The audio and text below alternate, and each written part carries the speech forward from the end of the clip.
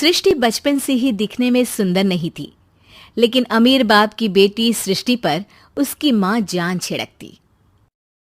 मेरी बेटी कितनी प्यारी है, भगवान सबको सृष्टि जैसी बेटी दे। सृष्टि धीरे धीरे बड़ी होती है।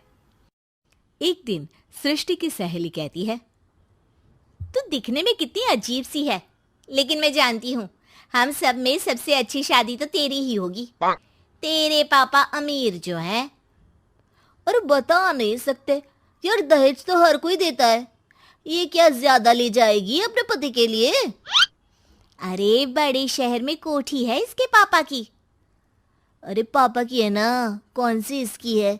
इसकी होती तब तो कोई भी लड़का इससे शादी कर लेता। अरे पापा की मतलब पापा की है तो मेरी ही है ना? किसने कहा? अब तेरी तो तब होगी ना जब तेरा भाई ना हो। वैसे भी शादी के बाद सारी प्रॉपर्टी भाई के नाम होती है। सृष्टि समझ जाती है कि उसे किसी भी हालत में माँ बाप की सारी प्रॉपर्टी को अपने नाम करना है, लेकिन कैसे? एक दिन सृष्टि का भाई शीनू कहता है, बहन क्या कर रही है? तुझसे एक बात करनी है। अरे हाँ करना, मैं तो तेरी बहन हूँ। बहन मेरी लाइफ में ना एक लड़की है, बहुत अच्छी है। मैं सोच रहा हूँ माँ और पापा से बात करूँ शादी के लिए।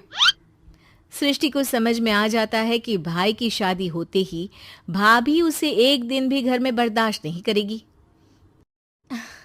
क्या बात है भाई, बताना कौन है वो? यार वो बहुत अच्छी लड़की है, पढ़ी लिखी है, मेरे साथ जॉब भी करती है। बस एक प्रॉब्लम है। प्रॉब्लम? क्या प्रॉब्लम है भाई? यार वो शादीशुदा है, लेकिन उसके पति ने उसे सिर्फ इसलिए छोड़ दिया क्योंकि उसके माँ बाप दहेज नहीं दे पाए। सृष्टि ये सुनकर न जाने क्यों खुश हो जाती है। अरे भाई तो क्या हुआ, लड़की तुझे तो पसंद है ना? शीनू को लगता है कि बहन उसे समझ रही है। वो इस बात से अनजान होता है कि उसकी बहन की मंशा पूरा घर हड़पने की है। सृष्टि अपनी माँ से कहती है, मम्मी मुझे तो बहुत चिंता है। पता है शीनू क्या कर रहा है? अरे क्या कर रहा है? वो तो काम पर जाता है और वापस घर आता है। नहीं ना माँ, वो यही तो नहीं कर रहा, बाकी सब कर रहा है। आपको पता है उससे प्यार है, और वो भी एक शादीशुदा लड़की से। ये क्या हो गया? मैं सोसाइटी में क्या मुंह दिखाऊंगी? अरे तेरे पापा तो यही कहेंगे कि मैंने ही उसे बिगाड़ दिया है। माँ देखो, मेरी बात मानो, पापा पर भी विश्वास करने की जरूरत नहीं है। अब आप ही बताओ, पापा इतनी देर घर के बाहर रहते हैं क्यों? बोलो।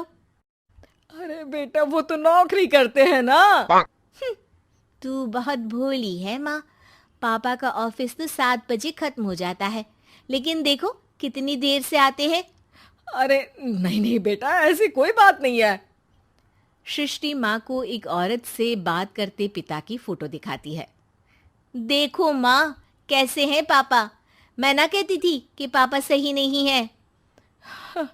मैं तेरे पापा से बात करूंगी, दे फोटो मुझे। ओ माँ, वो तो डिलीट हो गई। लेकिन चल, तूने तो देख लिया ना।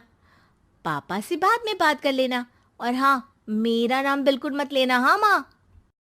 अब क्या था, सृष्टि के माँ और पिता के बीच झगड़ा होना शुरू हो जाता है। सृष्टि के मन में क्या चल रहा था कोई नहीं जानता था।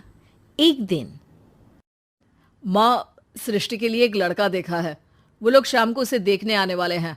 और हाँ माँ, एक खुशखबरी, मैं और पापा मिलकर एक नया बिजनेस ट्राई कर रहे हैं। शाम को लड़का आता है, सांवले रंग का। सृष्टि को तो बिल्कुल भी पसंद नहीं आता। लड़की की माँ कहती है, लड़की का चेहरा तो कोई खास नहीं, लेकिन अगर मेरे बेटे को आप लोग सेटल कर दें तो मैं उसकी शादी आपकी बेटी से करवा दूं। सृष्टि को लड़का बिल्कुल पसंद नहीं था। उसे भाई पर गुस्सा आ जाता है। लड़के वालों के जाने के बाद कहती है, माँ देखा शीनू मेरे लिए कैसा लड़का लेकर आया, न दिखाने लायक न सुनने लायक, सेटल भी नहीं, वो भी हम करे। अरे माँ मैं जानती हूँ ये मेरी शादी किसी भी घर में क्यों करवाना चाहता है? अरे कैसी बात कर रही है बहन, तूने तो देखा ना, लड़के को मैंने ही मना कर दिया तुझसे शादी के लिए।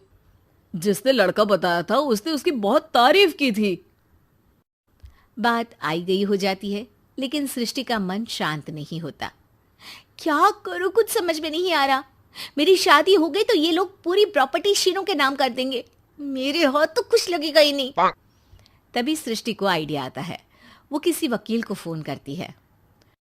जी देखिए, अगर आपके मम्मी पापा का तलाक हो जाता है तो आपके पिता की आधी प्रॉपर्टी आपकी माँ के नाम हो जाएगी, फिर उसे वो किसी को भी दे सकती है।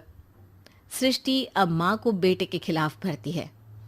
माँ, शीनू पर नजर रखा करो, वो जिस लड़की के प्यार में है ना वो शादीशुदा है। यहाँ आएगी, सारा पैसा रुपया जमीन जायदाद सब हड़प लेगी। पापा का भी हाल तुमसे छुपा नहीं है। ऐसा ना हो कि मैं और आप एक दिन सड़क पर भीख मांगे। हे भगवान, मैं तो जीते जी मर जाऊंगी अगर ऐसा हो गया तो। ऐसा हो गया नहीं माँ, ऐसा ही होगा। अभी समय है, आगे का सोच लो। मैं तो कहती हूँ पापा से आधी प्रॉपर्टी लेकर अलग हो जाओ। पापा की आधी प्रॉपर्टी भी हम लोगों को अगर मिल जाती है ना तो अगले 7 जन्म सफल समझो।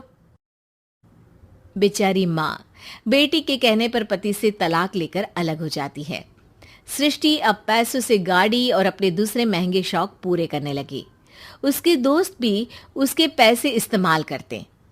सृष्टि, कल तुम कहाँ थी? मैं सारा दिन घर पर अकेली थी। तो मैं क्या करूं? मैंने ठेका तो नहीं लिया है ना तुम्हें संभालने का। माँ को सृष्टि से ये उम्मीद नहीं थी।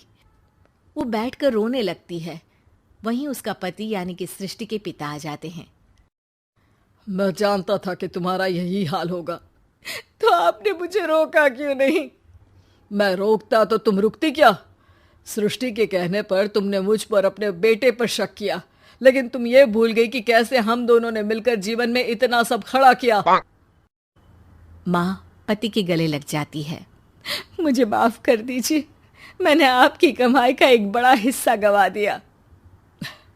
कोई बात नहीं, तुम साथ हो तो मैं ऐसी 7 प्रॉपर्टी खड़ी कर दूंगा। तभी वहां सृष्टि आ जाती है रोते हुए। माँ, मयंक ने मुझे छोड़ दिया। वो बोल रहा था जब तक मेरे पास पैसे थे तब तक ही वो मेरे साथ था। पापा, माँ, मुझे माफ कर दीजिए।